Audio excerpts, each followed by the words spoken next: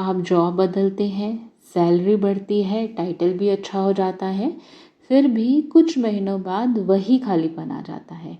यह सिर्फ गलत कंपनी की बात नहीं है, साइकोलॉजी इसे हेडोनिक एडेप्टेशन कहती है और एस्ट्रोलॉजी में इसका इशारा 10वें घर की तरफ, नॉर्थ नोड की तरफ और आपके आत्मा कारक ग्रह की तरफ होता है, जो करियर और लाइफ पर्पस का कारक माना जाता है। तो सवाल ये है, क्या असंतोष सच में तय है या एक सिग्नल है? चलिए समझते हैं। साइकोलॉजिस्ट फिलिप ब्रिकमैन और डोनाल्ड कैंपबेल ने हेडोनिक ट्रेडमिल का कंसेप्ट दिया, जिसके अनुसार इंसान किसी भी नई पॉजिटिव चीज़, नई जॉब, नई सैलरी या नए टाइटल के असर को कुछ ही महीनों में नॉर्मलाइज कर लेता है और वापस अपने बेस लाइन सेटिस्फैक्शन लेवल पर ले आता है। तो इसलिए जो बाहरी बदलाव है, यानी कि जॉब चेंज, अस्थायी खुशी तो दे सकता है, लेकिन अगर अंदर की वजह ना सुलझे तो असंतोष कुछ महीनों में फिर लौट आता है। अब इंसान की संतुष्टि किन चीज़ों से मिलती है, अगर हम इसकी बात करते हैं तो वो 3 चीज़ें हैं मेन। पहला कि खुद फैसले लेने की आपको कितनी आज़ादी है। दूसरा कि आप अपनी स्किल का सही इस्तेमाल कर पा रहे हैं या नहीं। या तीसरा है रिलेटेडनेस, यानी कि काम में मतलब और कनेक्शन कैसे महसूस करते हैं आप। ज़्यादातर जॉब डिससेटिस्फैक्शन इन तीनों में से किसी वजह की कमी से आता है। सैलरी की कमी एक वजह नहीं होती है। यही वजह है कि कई हाई पेइंग जॉब में भी लोग खालीपन महसूस कर सकते हैं, अगर ये तीनों चीज़ें मिसिंग हों। अब ऑर्गेनाइजेशनल साइकोलॉजी में एक कंसेप्ट है पर्सन एनवायरनमेंट फिट थ्योरी, जो कहती है कि जब किसी व्यक्ति की पर्सनल वैल्यूज़ उसके काम के डेली टास्क से मेल नहीं खाती, तो चाहे वो काम कितना भी सफल दिखे, अंदर से एक क्रॉनिक अनईजीनेस बनी रहती है। उदाहरण के लिए, जो व्यक्ति क्रिएटिविटी को सबसे ज़्यादा वैल्यू करता है, वह एक हाईली स्ट्रक्चर्ड रिपीटेटिव जॉब में भले ही अच्छी सैलरी हो, लगातार अनसेटिस्फाइड महसूस करेगा।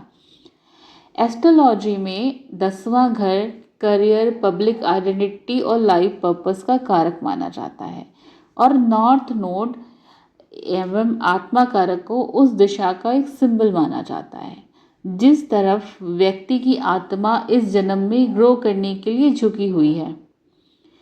पारंपरिक और आधुनिक ज्योतिष व्याख्या के अनुसार, जब किसी का काम उसके नॉर्थ नोड और आत्मा कारक की एनर्जी से बिल्कुल उल्टा हो, यानी कि वो सेफ और फेमिलियर रास्ते पर बना रहे, तो एक आंतरिक बेचैनी बनी रहती है, चाहे बाहर से सब ठीक दिखे।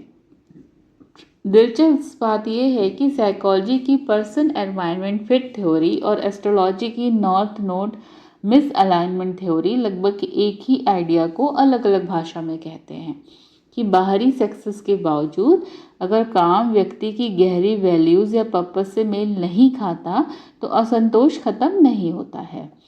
ऑर्गेनाइजेशनल साइकोलॉजिस्ट सुझाव देते हैं कि जब जॉब सेटिस्फैक्शन को जांचना हो तो सैलरी या टाइटल नहीं पूछना चाहिए, बल्कि यह पूछना चाहिए, क्या यह काम मुझे कॉम्पिटेंट महसूस कराता है? क्या मुझे इसमें चॉइस की आज़ादी है? क्या मुझे लगता है इसका कोई मतलब है?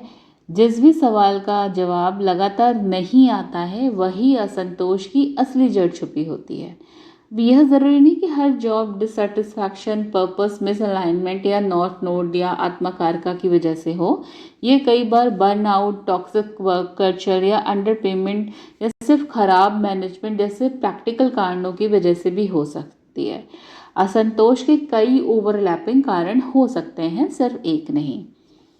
रिसर्च ये भी दिखाती है कि जो लोग अपने काम में जॉब क्राफ्टिंग करते हैं, यानी कि अपने मौजूदा रोल के अंदर ही छोटे छोटे बदलाव लाकर उसे अपनी वैल्यूज़ और स्ट्रेंथ के करीब लाते हैं, वे जॉब बिना बदले भी सेटिस्फैक्शन में बड़ा फ़र्क महसूस कर सकते हैं। तो जॉब में बार बार असंतोष कोई किस्मत नहीं है, यह एक सिग्नल है कि ऑटोनॉमी, कॉम्पिटेंस और मीनिंग या पर्पस के में से कुछ मिसिंग है आपकी लाइफ में। तो सवाल ये है कि अगर पर्पस मिसअलाइनमेंट ही असली वजह है, तो उसे पहचानने का पहला कदम क्या है? अगली बार इस पे बात करेंगे, फॉलो करना ना भूलिएगा।